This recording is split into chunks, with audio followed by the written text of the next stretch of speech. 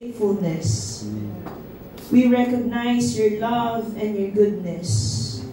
Right this very moment, through our Lord Jesus Christ, we thank you. Amen. For you have gathered us to feed us by your word, to strengthen us once again, and to reveal to us yourself and your will. And we ask that by the help of the Holy Spirit, may you grant us with wisdom that is aligned to your wisdom. Father, we entrust this meditation unto you. In the name of Jesus, amen. To God be all the glory. Good afternoon or good lunch. Ayan po sa ating mga magkakapatid. Before standing here before you, we received a message from our beloved Apostle Jonathan himself, and sent a message saying, teach them about the continuity of the apostolicity. Praise the Lord. The apostolic continuity. Amen. And by the grace of God, we have the same Spirit. Amen. Because that is our topic for today. Praise the Lord.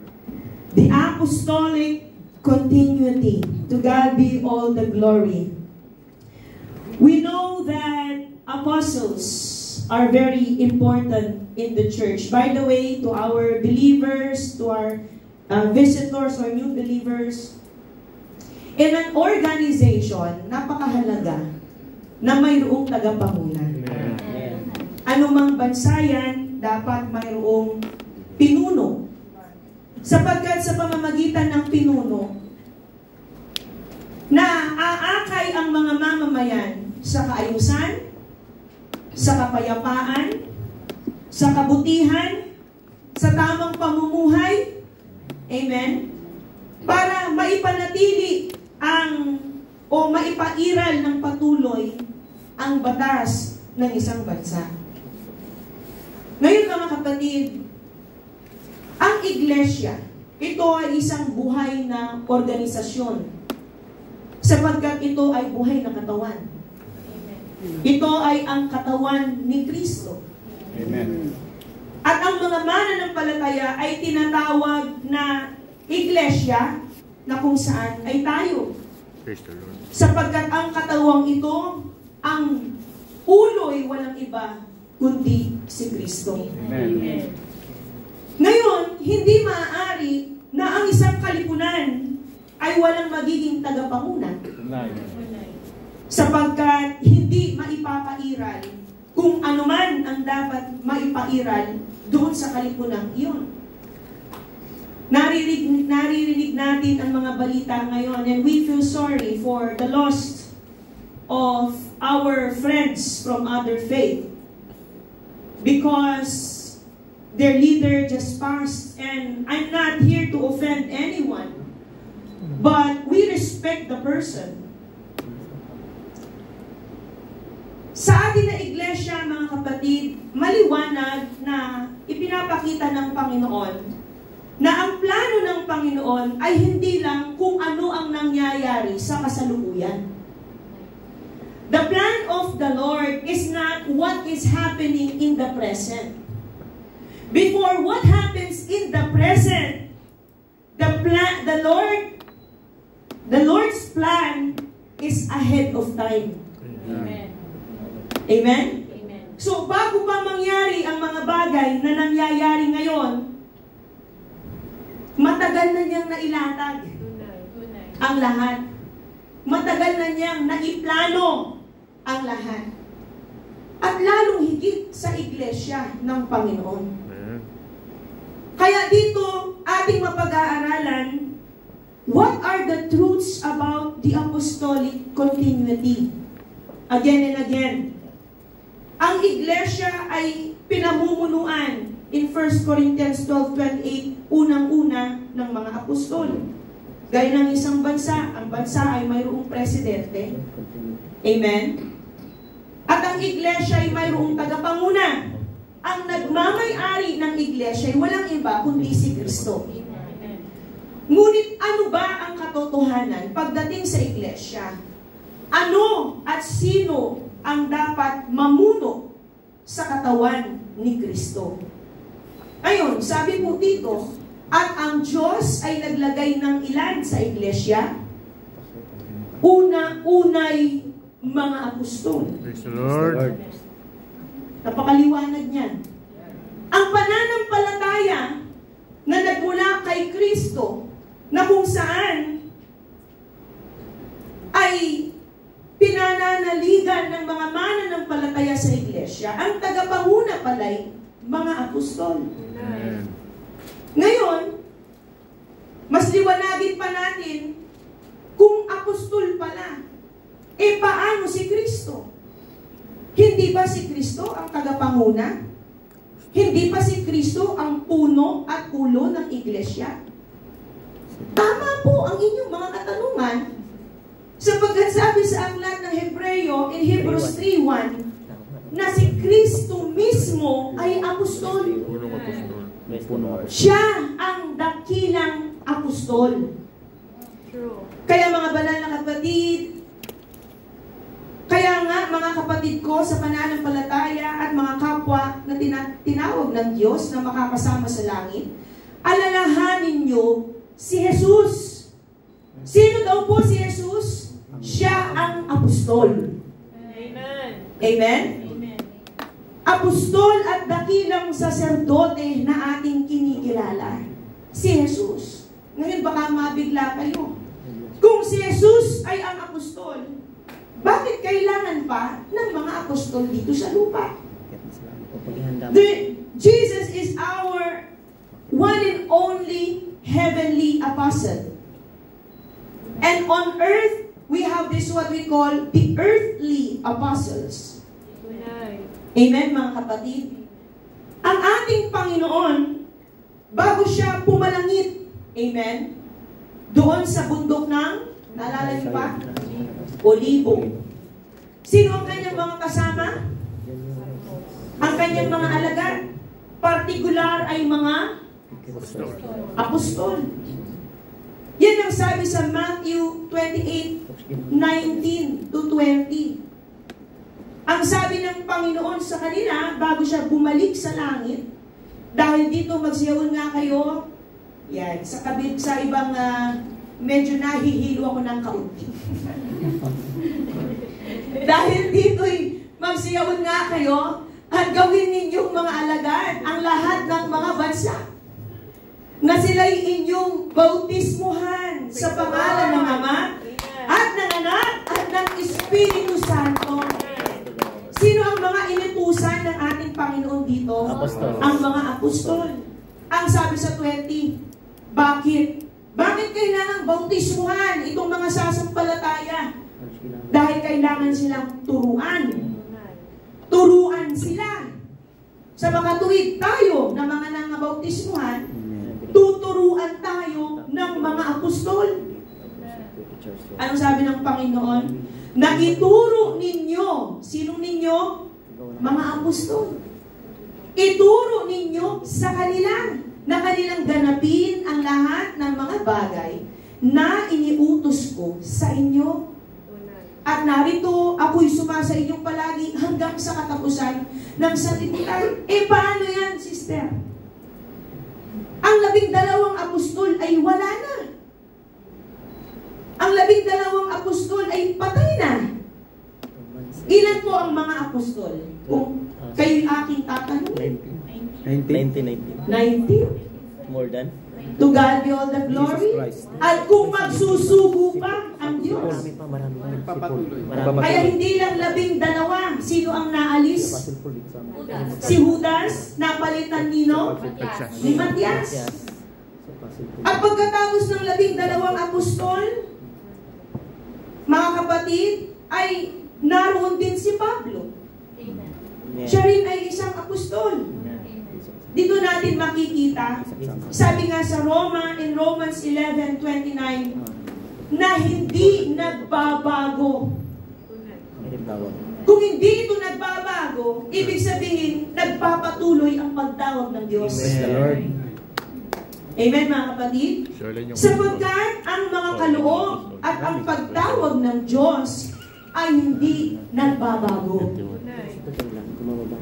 Dito mga kapatid, the office of the apostleship is the first spiritual gift of administration appointed by the Lord.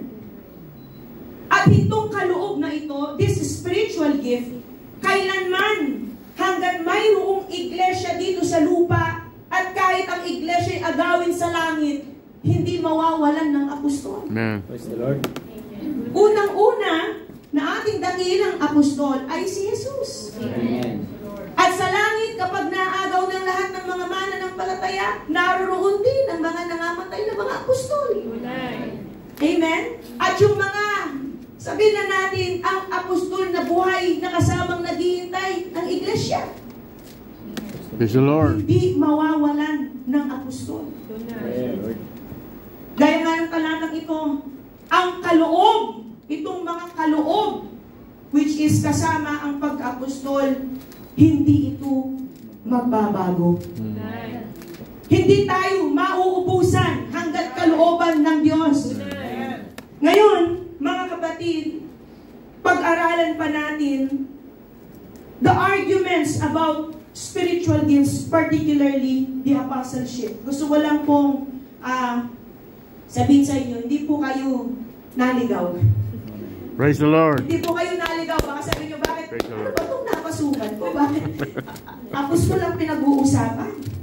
Mahalaga makilala natin ang mga sugo ng Diyos.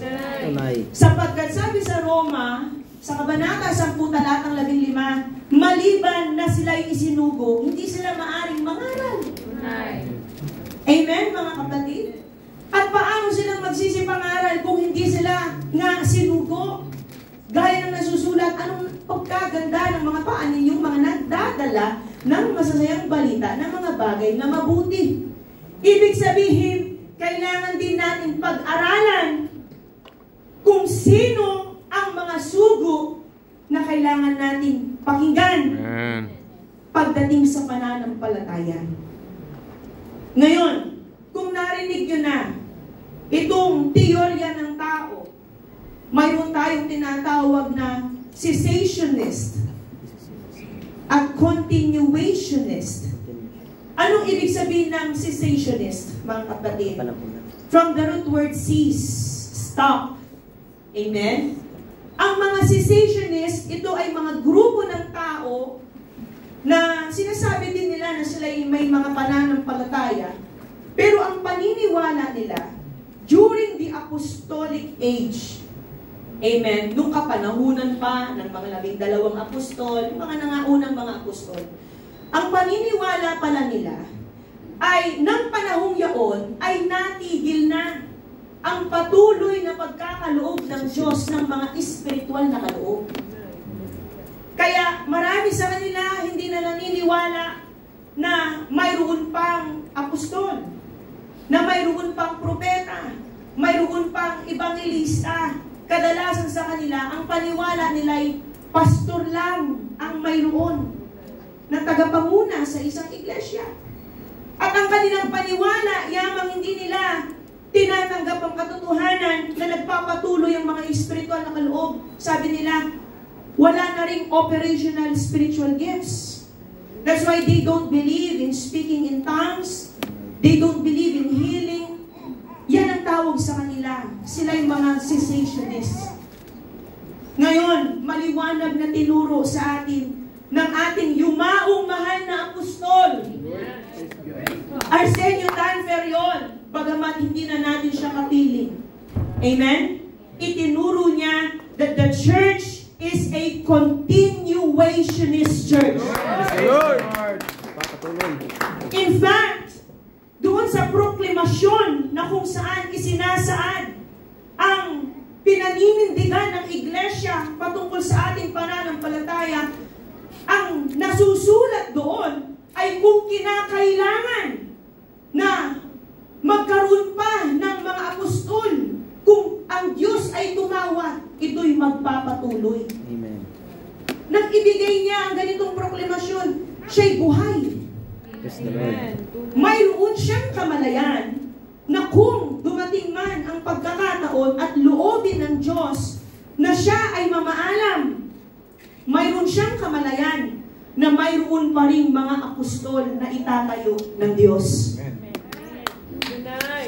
Kaya nang makabalan natin, dahil yumauman ang mahal na apostol, Arsenio Tan Ferriol, we were not confused. Amen.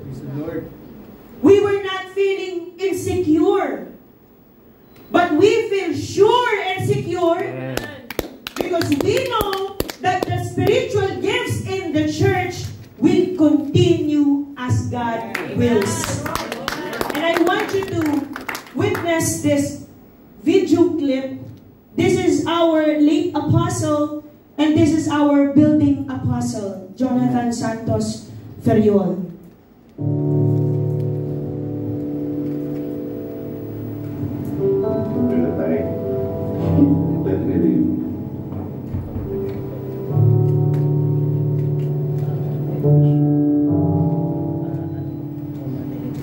This is the advice of the apostle to me.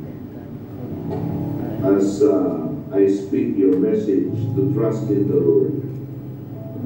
Just imagine there is only Okay. You did it for me. Wow. You did it for me.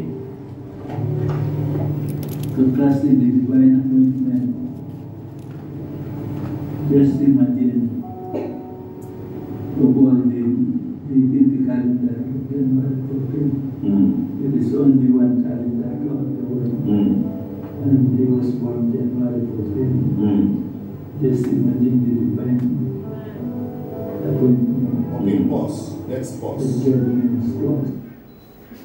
Praise the Lord. To God be all the glory there. Ang kaarawan Amen. ng Apostol ay pareho. January 14.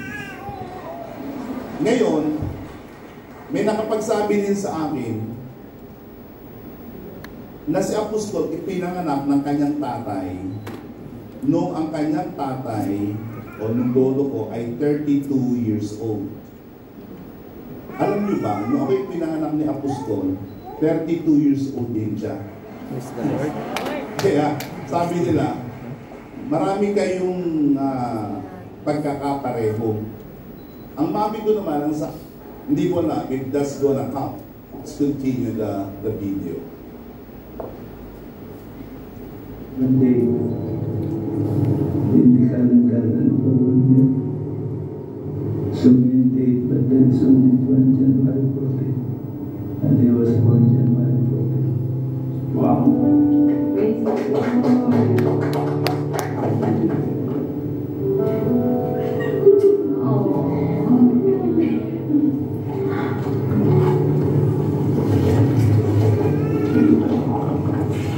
Appreciate it.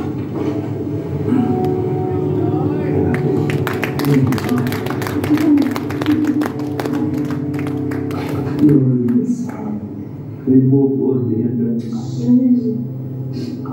about this necessity in life of man. That no one is able to take the place of one man except it be given to him. And this is how we believe. But he was the Praise the Lord. God be the glory. You must be fully that the Lord will be with his love in his divine word. That before Christ come again, we will be already ministering in this Praise universe. God. Praise the Lord.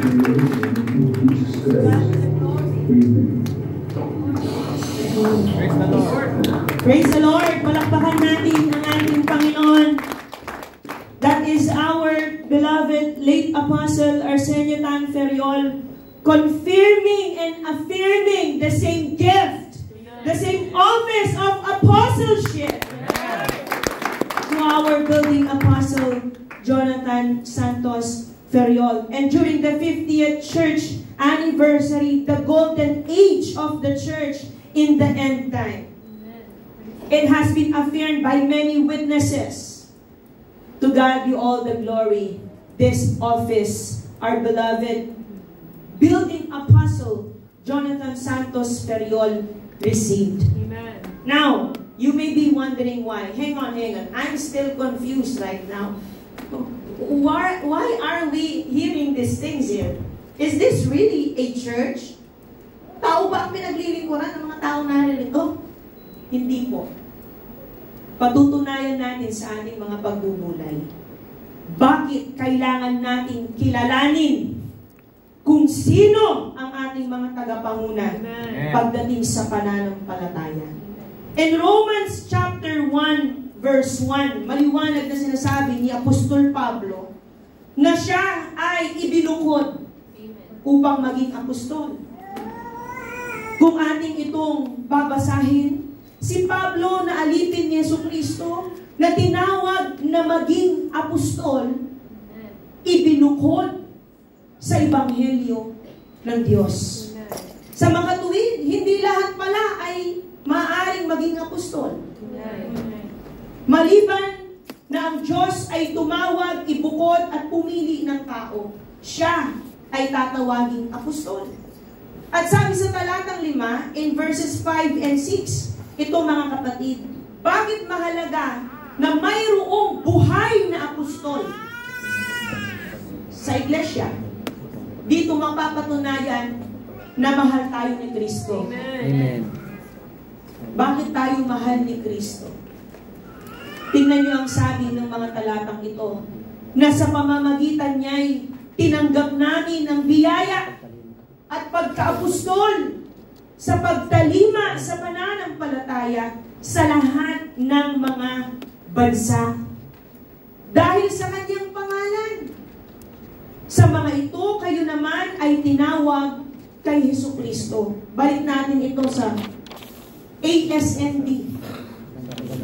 Mga kapatid, ang mga apostol pala ay ibinukod ng Diyos upang tayo ay patalimahin. Amen. Tandaan niyo yung Great Commission?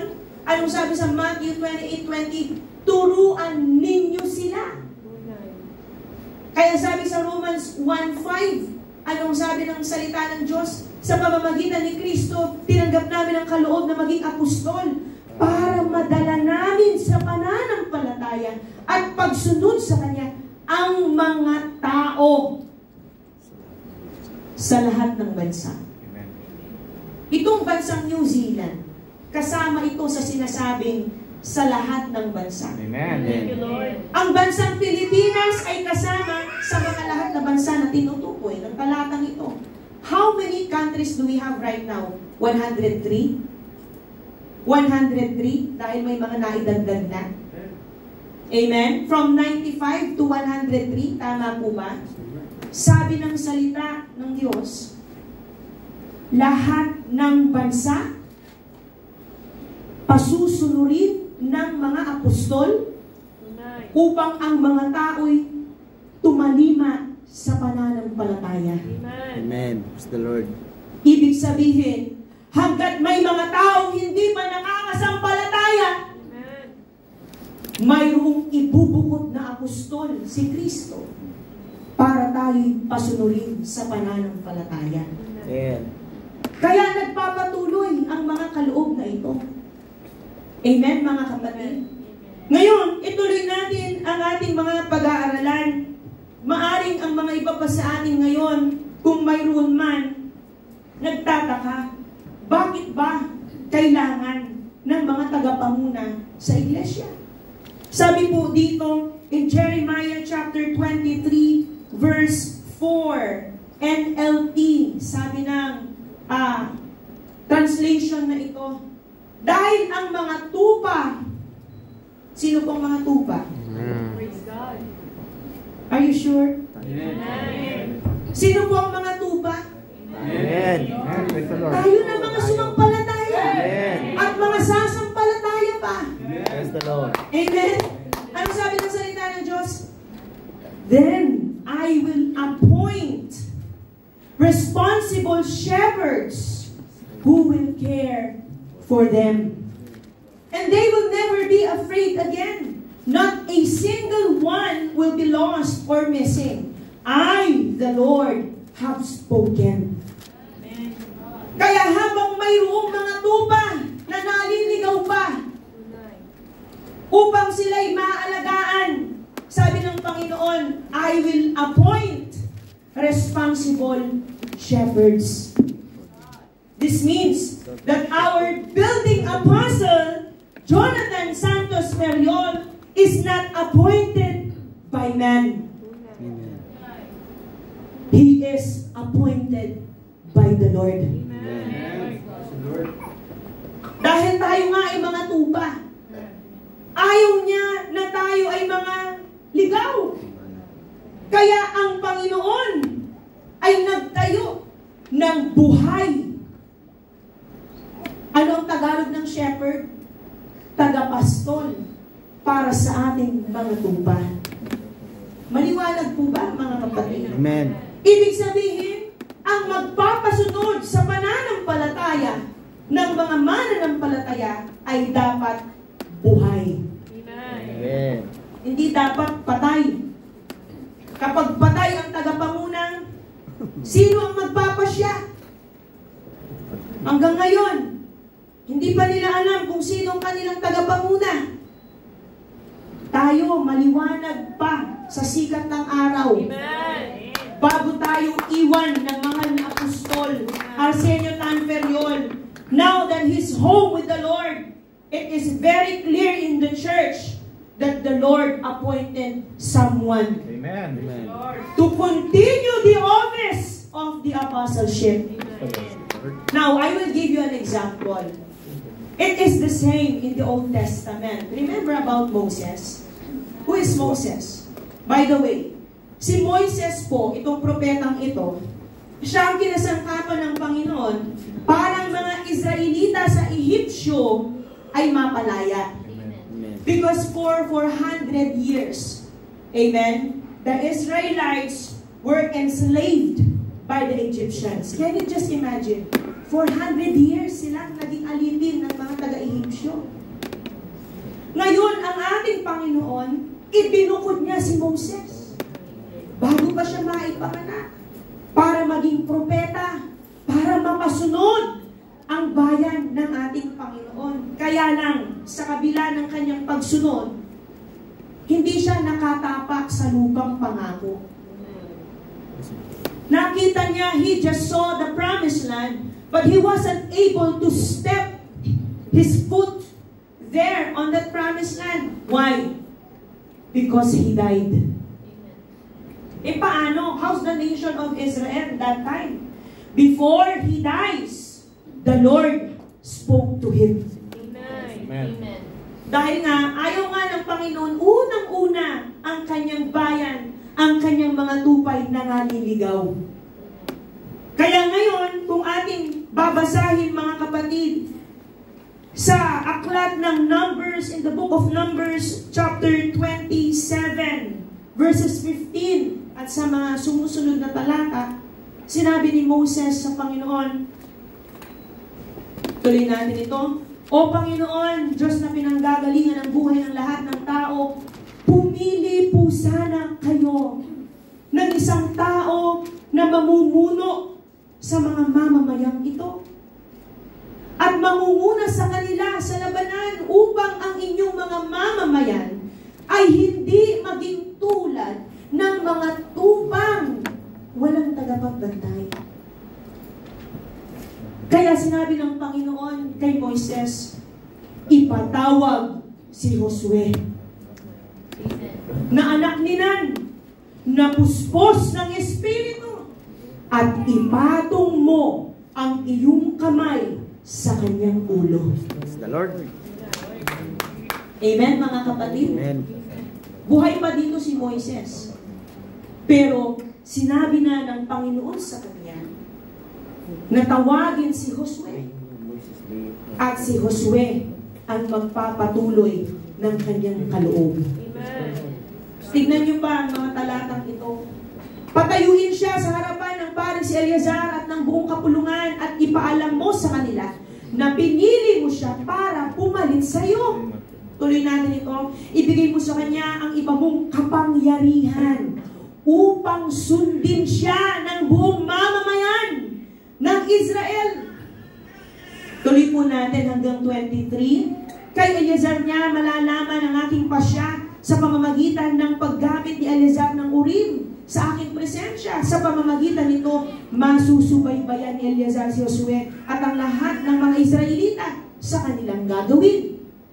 Kaya ginawa ni Moses ang iniutos sa kanya ng Panginoon. Tuloy natin ang pagbasa. Ipinatawag niya si Josue at pinatayo sa harapan ng paring si Eleazar at ng buong kapulungan at ayon sa inautos sa kanya ng Panginoon. Sino ang nag-utos kay Moises? Panginoon. Ang Panginoon. Ano ang iniutos ng Panginoon? Na ipatong ang kanyang kamay kay Josue at ipinahayag na si Josue ang papalit sa kanya. Praise the Lord. Purihin ng Panginoon. Ang pagtawag ng Diyos ng mga kaloob na kagaya nito'y hindi magbabago. Kaya mga kapatid, nang mamatay si Josue, anong sabi dito in Joshua 1 verses 1 and 2? Na matapos mamatay si Moses, anong sabi ng talata? Nang mamatay na si Moses, nalingkod ng Panginoon. Sinabi ng Panginoon sa kanang kamay ni Moses na si Josue, na anak ni Nan, patay na ang lingkod kong si Moses. Kaya ngayon, maghanda kayo. Ikaw at ang lahat ng Israelita sa pagtawid sa ilog ng Jordan, papunta sa lupain ibibigay ko sa inyo. We are not Israelites. You may be questioning yourself right now how this verse is related to you. We are not Israelites by blood, but we became part of the covenant of God. Tayo ay naging kabahagi ng Iglesia ni Kristo. Tayo ay naging mga tupa ng Panginoon. Tayo ay naging kabahagi sa katawan ng ating Panginoon. Bakit? Sapagkat mayroong itinayong tagapanguna para tayo'y pasunurin sa pananampalataya. Praise the Lord. Kaya mga kapatid, hindi tayo nagkulang ng anumang mga kaloob. Amen. Bakit tayo hindi magkukulang ng anumang mga kaloob kung ating babasahin?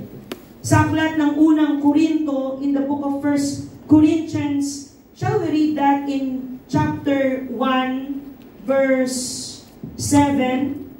To God be all the glory. Na ang iglesia ay hindi kailanman kukulangin ng mga kaloob. Kaya hindi kayo kinukulang sa anumang kaloob na espiritual. Habang hinihintay ninyo ang pagbabalik ng ating Panginoong Hesukristo. Ang tanong ko, nakabalik na ba si Kristo? Ha?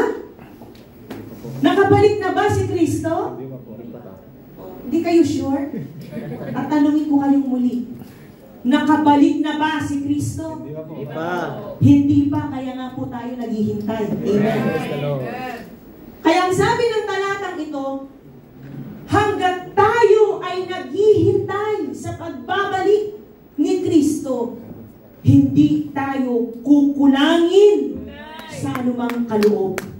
Praise the Lord. Bakit tayo hindi kukulangin? Bakit hindi pahihintulutan ng Diyos na mawalan ng apostol ang iglesia, mawalan ng propeta, ebanghelista, mga guro, mga pastor? Bakit? Sabi sa verse 8, mga kapatid, pananatilihan niya kayong matatag sa pananampalataya hanggang sa katapusan, upang kayo'y maging walang kapintasan sa araw ng kanyang pagdating. Paano matatatag pala ang ating pananampalataya? Paano tayo magiging walang kapintasan kung ang mga kaloob ng Espiritu ay magpapatuloy. Amen. Kaya maging maliwanag lang, sabi sa Ephesians 4:11, ano ang mga kaloob ng Espiritu pagdating sa pangangasiwa o sa mga tagapangunan? Ang sabi ng talatang ito, ang iba'y ginawa niyang apostol, ang iba'y propeta, ang iba'y mangangaral at ng magandang balita, at ang iba naman ay pastor at guro. Alinman sa mga espiritual na kaloob na ito, hindi dapat magkulang ang iglesia. Ang tunay na iglesia, hindi nagkukulang ng espiritual na kaloob. Kaya mapanatag tayo. Amen. Amen. Dahil mayroon tayong buhay na apostol. To God be all the glory. Mayroon tayong buhay na apostol. Ano ang kanyang ginagawa? Ipinapangalan niya ang pananampalataya. Mga kapatid, ngayon nasa dako siya ng Japan. Kabilaan. One continent from another to another. Why? Because he is boldly preaching the faith that saves us. To God be all the glory. Kaya kung tatanungin natin ang ating sarili, mga kapatid, tayo ba nagkulang sa kaloob? Hindi po. Ang iglesia ng ating Panginoon, hindi niya hahayaang hindi matatag ng matibay. Amen. Kaya salamat, kumpleto tayo ng kaloob! Praise the Lord! Nagpapatuloy ang mga kaloob na ito. Maaring kayo'y nagtataka kung siya ay tinawag. Paano siya tinawag? Ang mga nangaunang mga apostol, may iba't ibang paraan ang Panginoon paano siya tumawag. Naalala niyo ang 12 apostol? Paano sila tinawag ng Panginoon? Hindi ba? Si Jesus ay nagmisyon. Ilang taon siya nagmisyon sa lupa nang nagkatawang tao siya? 3 taon. Nagsimula siya when he was 30 years old. He died there on the cross when he was 33 years old. During his ministry, he called apostles. He called earthly apostles. Paanong paraan niya tinawag ang 12 apostol? Mukhaan. Naalala niyo nang si Pedro nangingisda? Amen. Tinawag niya si Pedro at sinabi niya, halika, baguhin natin ang mundo. Mga kapatid, nandun pa si Andres. Kaya ilan sila? 12 ng panahong yun. At pagkatapos, mukhaan silang tinawag. Amen. Paano naman si Pablo? Kasi sabi ng iba, hindi maaari maging apostol kung hindi nila buhay na nakita, nung hindi sila buhay, nang makita nila ang Panginoon. Amen. Because they were saying the criteria for being an apostle, these people should have lived with our Lord Jesus Christ when He was still in flesh. Yan ang kanilang criteria. Dapat nakita nila ng mukhaan si Jesus para sila'y maging apostol. Yan ang sinasabi nila. Paano si Pablo? Si Apostol Pablo, buhay ba? O nasa katawang lupa pa ba si Jesus? Nang makita ni Pablo si Jesus sa daan ng Damasco, narinig niyo ba ang kwentong ito? Amen. Ni Apostol Pablo? Ikikwento ko sa inyo. Praise the Lord. Mga kapatid, si Pablo na nooy kilala sa pangalang Saulo ay isang kahindi-hindi na Hudyo, tagapagturo ng kautusan kasama ng mga Pariseo. Siya'y Hudyo at Romano. Nag-aral siya ng kasulatan ng Lumang Tipan at napakatalino niya. Dahil siya isang debotong Hudyo, pinagpapatay niya ang mga Kristiyano. Dahil ang paniniwala niya na ang pananampalataya niya lang ang tama. At hindi karapat-dapat na mabuhay ang iba maliban sa pananampalatayang kanyang pinangahawakan. He was a very great persecutor. He was a murderer to the Christians that time. But when he was traveling down to the Damascus, mayroon siyang nakitang liwanag. Mayroon siyang narinig na tinig. Sino ang kanyang narinig? Panginoon. Ang Panginoon. Ano ang sabi ng Panginoon sa kanya? Why you persecuting me? Why do you persecute me?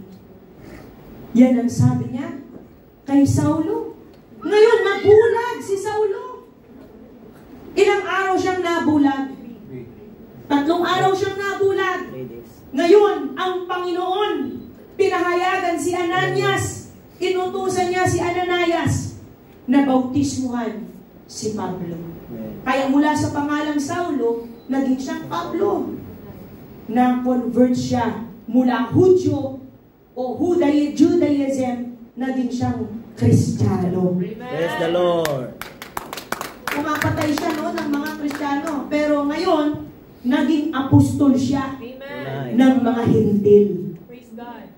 Kaya ang sabi niya, hindi lang ang mga Hudyo, pero maging ang mga hindi Hudyo, kasama sa pangako ng Panginoon. At sino ang mga Hintil na ito? Tayo. Praise the Lord. Tayo ang mga Hintil na ito. Ipinangaral niya na maging ang mga Hintil pala'y kabahagi sa iglesia. Yeah. Praise the Lord. Ang tanong ko, nakita ba niya ng mukhaan si Jesus? Yeah. Tinawag siya sa pamamagitan ng tinig at liwanag. Okay. E paano naman our former apostle, our late apostle, Arsenio Tanferion? Paano siya tinawag bilang isang apostol? Nabuhay ba siya during the apostolic age? Hindi po. Paano siya tinawag sa pagiging apostol? Gaya ni Pablo. Nakarinig siya o nakakita siya ng liwanag. At itong mga talata, itong mga salita ng Diyos, ang kanyang nakita. Anong sabi sa Mark 15:16? The Great Commission. Na ipangaral niya ang Ebanghelyo. Dito siya tinawag. Naging maliwanag sa kanya ito. Amen, mga kapatid. Kaya nang siya ay tawaging apostol ng ating Panginoon mula sa maliit, pinalagong mainam ni Jesus ang iglesia sa ating panahon. Kaya mga kapatid, paano na ngayon? Wala na si Apostol Arsenio Tanferion. Nakita natin kanina na nagpapatuloy ang kaloob. Maliwanag sa ating mahal na Apostol Arsenio Tanferion na hindi kailanman magkukulang ng espiritual na kaloob ang iglesia. Amen. Kaya ano ang sabi niya sa ating mahal na building apostle Jonathan? Ipagpatuloy mo yan dahil marami pang sasampalataya. Kaya we have this Home Free Global Crusade. Here and there and everywhere, there is this preaching of the gospel. And this is prophesied by Jesus as well. Look, in Matthew 24:14, someone will be raised by our Lord Jesus Christ to lead the global mission. Look, at ipapangaral ang Ebanghelyong ito ng kaharian sa buong sanlibutan sa pagpapatotoo sa lahat ng mga bansa at kung magkagayoy, darating ang wakas. Ngayon, mga kapatid, mayroong dalawang uri ng mga apostol. There is this what we call the foundation apostles. and the building apostles. Jesus Christ Himself is a foundation apostle. He is the chief cornerstone. Shall we find that in Ephesians chapter 2, verses 19, 20, 21? Ano ang sinasabi ng salita ng Diyos? Kaya nga hindi na kayo mga taga-ibang lupa at mga manglalakbay, kundi kayo'y mga kababayan na kasama ng mga banal at sambahayan ng Diyos. 20, na mga itinatayo sa ibabaw ng kinasasaligan ng mga apostol at mga propeta. Ano daw po ang kinasasaligan ng mga mananampalataya? Sabi ng mga apostol at mga propeta na si Kristo Jesus din ang pangulong bato sa panulo. He is the chief foundation. Our apostle Jesus Christ is the chief cornerstone among all the apostles. But then, our Jesus continues to raise building apostles. That's why our Apostle Paul, si Apostol Pablo, isa siyang foundation and building apostle. Bakit? Sapagkat tinawag siya upang ang mga Hentil maunawaan na maging tayo ng mga Hentil ay kabahagi sa iglesia. Praise the Lord. He was called as a master builder ng ating Panginoon. Paano ang mahal na Apostol Arsenio Tanferion? Anong uri ng apostol siya?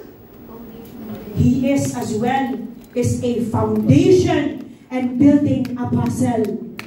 Why? Because in the fourth watch, sa panahong ito ng kawakasan, tinawag tayo sa pamamagitan ng Ebanghelyong Kanyang ipinapangaral. Kaya napakaganda ng panalangin kanina. Sa pamamagitan ng pangangaral ng ating mahal na yumaong apostol, nakakilala tayo sa ating Panginoon. Tinanggap natin ang kaligtasan. Amen. Paano ba tayo makakasampalataya kung walang mangangaral? Diba? Napakaliwanag niyan, Romans 10:15. Paano mangangaral kung hindi isinugo? Salamat, ang Panginoon, nagsugo siya sa panahon ng kawakasan ng mga apostol. Una, ang ating mahal na yumaong apostol. At ngayon, ay ipinagpapatuloy ng ating building apostle, Jonathan Santos Ferion. Praise the Lord. Ngayon, bakit mahalaga na malaman natin na mayroon pang mga apostol? Si Jesus pa lang sapat na. Tama ka naman na sapat na talaga si Jesus para sa atin.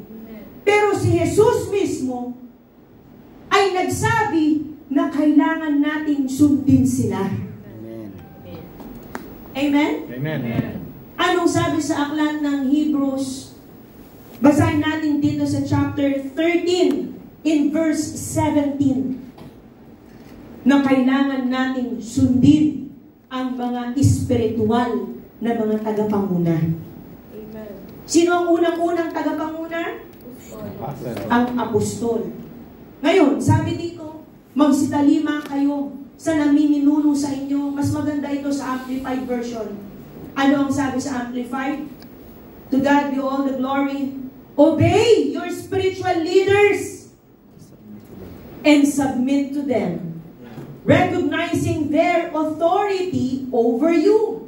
For they are keeping watch over your souls and continually guarding your spiritual welfare as those who will give an account of their stewardship of you. Let them do this with joy and not with grief and groans, for this would be of no benefit to you. Malayo man sa atin ngayon ang ating mahal na Apostol Jonathan. Amen. Kanyang ipinaghahatid sa atin ang kanyang pag-alala at pagmamalasakit. Kaya nga, sabi ko nga, bago tayo makatayo sa pulpitong ito, siya pa ay nagpadala ng mensahe sa lahat ng mga manggagawang tatayo upang ipangaral ang salita ng Diyos. Tamang-tama ang tema ngayong araw na ito. Praise the Lord.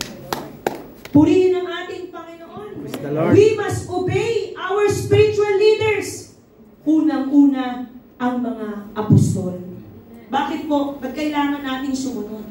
Dahil doon sa pagsunod, doon tayo pagpapalain. Kapag pala ating sinusunod sila, mga kapatid, doon natin mararanasan ang mayamang pakikisama ng Panginoon sa ating buhay. Ngayon, maaaring nagtatanong kayo, o sige, tanggap na natin si Apostol Arsenio Tan Ferriol ay apostol. Paano ang mahal na Apostol Jonathan?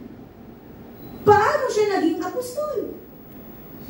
Maliwanag na nakita natin kanina, during the golden age of this church, pinatungan siya ng kamay. Kaya paano pang paraan? Hindi lang mukhaan, kundi maging sa pagpapatong ng kamay. Amen. Sa pamamagitan ng hiwaga at sa ano pang paraan, mga kapatid? Paano tumatawag ang Panginoon ng mga apostol? Face to face, through light and sound, audible light and sound, by laying on of hands and by prophecy.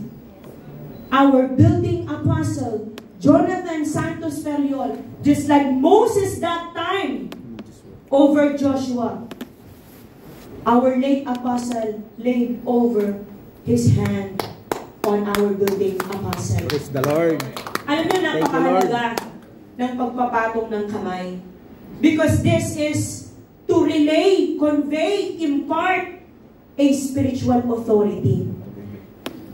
Ang pagpapatong ng kamay ay ginawa ni Jesus nang siya'y magmisyon para magpagaling ng mga may sakit, gumawa ng mga himala, at magbigay ng kapangyarihan. Look at this. I'd like you to read this with me. Sabi dito sa aklat ng Gawa in Acts chapter 6 verse 6, when the apostles were trying to decide which 7 they will appoint, ito ang kanilang ginawa. They brought this man before the apostles, and after praying, they laid their hands on them to dedicate and commission them for this service. Maliwanag po ba, mga kapatid? Amen. Anong ginawa ng mga apostol? Ipinatong nila ang kanilang mga kamay doon sa kanilang mga binahagian ng kapangyarihan, ng authority. Itong mga tao ito, ang sabi ng talata, to dedicate and commission them for service. Ang inyong lingkod, hindi ako makatatayo sa inyong harapan if I wasn't laid by the hands of our building apostle. I praise God. He commissioned me. Praise the Lord. We are working alongside the authority of our beloved apostle. When we finish this training in the Bible school, hindi sapat na ikaw ay mag-graduate lang. The apostles need to send you to be commissioned. Kaya nang ipatong niya ang kanyang kamay sa amin, binigyan niya kami ng karapatan. Amen. Praise the Lord. Mangaral ng salita ng Diyos. Gayon din ang ginawa niya sa ating mahal na apostol, Jonathan Santos Ferriol. Ipinanalangin niya at pinatungan niya ng kamay. At maliwanag, ano ang sinabi ng mahal na apostol Arsenio? That he will have the same office like the apostle. Amen. To God be all the glory. Praise the Lord. Ibig sabihin, yung kaloob ng ating yung mahal na apostol Arsenio ay siya rin kaloob na tinanggap ng ating mahal na apostol Jonathan Santos Ferriol. Amen. Purihin ang ating Panginoon. Kaya paano tinawag ang ating mahal na apostol Jonathan? Sa pamamagitan ng pagpapatong ng kamay. To God be all the glory. Maaari po ba natin maipakita ang letratong ito? Ito ay katunayan that our late apostle affirmed the impartation of the same office of the apostleship unto our apostle Jonathan Santos Ferriol. To God be all the glory. Kaya ngayon, mga kapatid, yamang mayroon tayong apostol na buhay sa iglesia. Ano ang ating gagawin? Paano natin maipapakita ang ating kanang kamay ng pakikiisa? Kung ano ang iniwan ng ating yumawang apostol, siya rin ang ipagpapatuloy ng mahal na sugo. At kung ano ang kanyang ipinagpapatuloy, ibibigay natin ang ating kanang kamay ng pakikiisa. Praise the Lord. We will give our right hand of support. Amen. To God be all the glory. But first, we must obey them. Let's go back to the Great Commission. Ano ang sabi ng Panginoon sa mga apostol? Turuan nyo silang sumunod. Kaya sa iglesyang ito, magtataka kayo siguro, baka mananawa ang inyong mga tainga.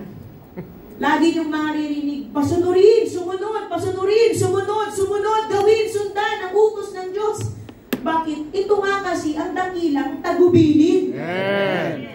This is the Great Commission Jesus gave to the apostles. Matthew 28:20. Turuan niyo silang sumunod. Amen. Praise the Lord. Kaya paano natin maibibigay ang ating kanang kamay ng pakikiisa sa mga apostol, sa mga sugo ng Diyos? Sumunod tayo sa lahat ng iniutos ng Panginoon. Amen. Maliwanag po ba, mga Amen. kapatid? Praise the Lord. Praise the Lord. At tayo nagagalak. Dati hindi tayo sumusunod. Ngayon nakakasunod tayo. Praise the Lord. Nakakasunod po ba tayo? Praise the Amen. Lord. Praise the Lord. Praise the Lord. Bakit parang pahina ang pagsunod? Praise the Lord. Praise the Lord. To God be all the glory. Praise the Lord. Amen! Praise God! Muli ng Panginoon, dapat sa pagsunod, maibigay natin ito sa mga sugo ng Diyos. Amen. Bakit po dito tayo mababago? Sa ating pagsunod at pagkilala sa kanila, dito tayo kikilalanin ng Diyos. Amen. Kapag tinanggap mo yaong isinugo ng Diyos, tinatanggap mo yaong Panginoon. At hindi lang ang Panginoon, tinatanggap mo rin ang nagsugo sa Panginoon. Amen. Praise the Lord. When you believe in the sent ones of God, you believe in the one who sent them. Who sent them? Jesus sent them. Who sent Jesus Christ? Father. The Father sent Jesus Christ. So when you believe in the sent ones of God, you believe in the Lord. You believe in the Father. Amen. Truly. At ang kanilang pagkapili ay hindi dahil pinili sila ng tao. Kagaya po natin na mga magkakapatid, John 15:16. Ang pagkatawag mo ay hindi dahil tinawag ka ng tao. Tunay. Ang pagkapili mo ay dahil pinili ka ng Panginoon. Praise the Lord. Hindi kayo, sinong nagsasalita dito sa talatang ito? Ang Panginoon mismo. Amen. Hindi kayo ang pumili sa akin, kundi ako ang pumili Praise the sa Lord. inyo. Para humayo kayo at mamunga ng mga bungang mananatili. Sa ganoon, anuman ang hingin ninyo sa Ama, sa pangalan ko, ay ibibigay niya sa inyo. Praise the Lord. Paano tayo makakahayo kung walang magpapasunod? Paano natin magagawa ang kalooban ng Diyos kung walang magpapasunod? Kung bakit tayo naririto ngayon, bunga tayo ng ministeryo ng apostol. Amen. Kung bakit tayo nangaligtas sa pamamagitan ng pananampalataya na mula sa ating Panginoon dahil ipinangaral ng mga apostol. Amen. Praise the Lord. Kaya mga kapatid, ang atin palang pakikiisa, yamang tayo'y pinili sa ating pagsunod, doon ka rin pagpapalain. Anuman ang hingin ninyo sa Ama, sa pangalan ko'y ibibigay niya sa inyo. Praise the Lord. Kaya mga kapatid, we must obey them and we must also imitate them. Amen. Right? Hindi lang tayo sunod ng sunod. Gayahin natin sila sa pagsunod. Una silang sumunod kay Jesus. Kaya gagayahin natin ang kanilang pagtalima. Sabi sa Hebrews 13:7, sabi sa Amplified Version, andyan pa po ba kayo? Amen. Praise the Lord. To God be the glory. Remember your leaders, for it was they who brought you to the Word of God. Praise the Lord. Amen? And consider the result of their conduct, the outcome of their godly lives, and imitate their faith, their conviction that God exists and is the creator and ruler of all things, the provider of eternal salvation through Christ, and imitate their reliance on God. With absolute trust and confidence in His power, wisdom, and goodness. Paano natin sila gagayahin? Gayahin natin yung kanilang paraan ng pamumuhay. Kaya nga, dito mo masasabi that you are apostolic. When you copy the lives of the apostles. Why? The life of the apostles are the teachings of Christ. Kung ano ang nagiging o nakikita niyo po na buhay o yung nakita niyong buhay ng mahal na Apostol Arsenio at yung buhay ngayon ng mahal na Apostol Jonathan, yaon yung mga itinuro ni Kristo sa mga nangaunang mga apostol. Kaya nakikita natin yung pagkakahawig. Di ba? Anong sabi ni Jesus sa mga apostol na mga nangaunang? Sabi sa Acts 2:42, magsipanatiling matibay. Saan? Sabi sa Tagalog. Sabi sa ADB. O anong sabi ng salita ng Diyos? At sila'y nagsipanatiling matibay sa turo ng mga apostol at pagsasama-sama sa pagpuputol-putol ng tinapay at sa mga pananalangin. Kaya mga kapatid, ito pala kung paano ang kanilang mga ginawa kasama ng mga nangaunang mga kapatid, siya rin ang ating gagayahin. Kaya kung ikukumpara nyo ang iglesia na itinayo na ang ating Panginoon noon nang siya'y nagkatawang tao, walang pagkakaiba. Tunay. Amen. Siyang siya. Praise the Lord. Siyang siya Praise sa the ating panahon. Praise the Lord. Tingnan niyo po, unang araw ng Sanlinggo. Kanina ako'y nagbubulay. Ang tao, mali ang pagkaunawa. Sa isang linggo, tatanungin ko kayo, what is the first day of the week? Sunday. Why do you call Sunday a weekend?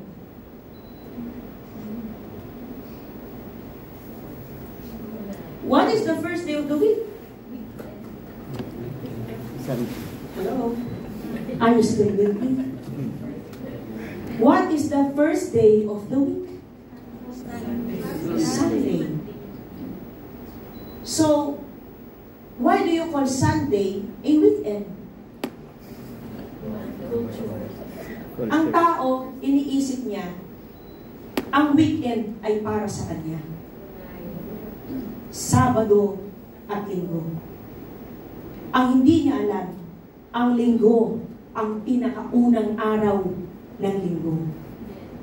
Kaya kung mayroon man tayong dapat ayusin, yung pinakaunang araw ng linggo. Amen. Hindi ka maglalasing sa weekend. Right? Amen. Hindi ka maglalakwatsa sa weekend. Bakit? Eh kung ang Sunday pala ang first day, sa unang araw ng linggo, pangungunahan mo ng pag-inom. Hallelujah. Sa unang araw ng Sanlinggo, pangungunahan mo ng makamundong gawain. Mga kapatid, di ba? Ngayon ba napagbubulayan natin ito? Dapat pala ang una nating pakakabanalin sapagkat ito'y banal, ang unang araw ng Sanlinggo. At ito ay ang araw na ito. Today, every Sunday is the first day of the week. We must consecrate especially this day. Because this day, the Lord chose this day. Pinili ng Panginoon ang araw na ito. Ito'y kanyang binanal para tipunin ang kanyang mga binanal. Kaya nga tingnan ninyo, ano ang araw ng ating pananambahan? Hindi weekend. Unang araw ng Sanlinggo. Amen. Praise the Lord. Bakit po? Gusto ng Panginoon, banalin niya tayo sa unang araw pa lang ng Sanlinggo. Para sa ikalawang araw, sige, ngayon, anong ikalawang araw? Hindi Lunes, ang unang araw ng Sanlinggo. Yes? Hindi Lunes. Monday is not the first day of the week. Sunday. So, Sunday pa lang, binabanal na tayo. And then the second day is what? Monday. And then Tuesday, Wednesday. Kaya pala ito, yung mga kasalanan ating nagawa, simula Lunes hanggang Sabado, papatawarin tayo ng Panginoon. Praise the Lord. Ngayong unang araw ng Sanlinggo. Kaya anong ginawa ng mga kapatid natin sa unang iglesia? Every Sunday, they consecrate themselves. Sila'y laging nagtitipon, sila'y nagsasama-sama, nagtuturuan ng mga matibay na turo ng mga makaapostol. 2,000 years ago and so, ito ang kanilang ginagawa. At ito rin ang ginagawa natin. Bakit? Dahil mayroong buhay na apostol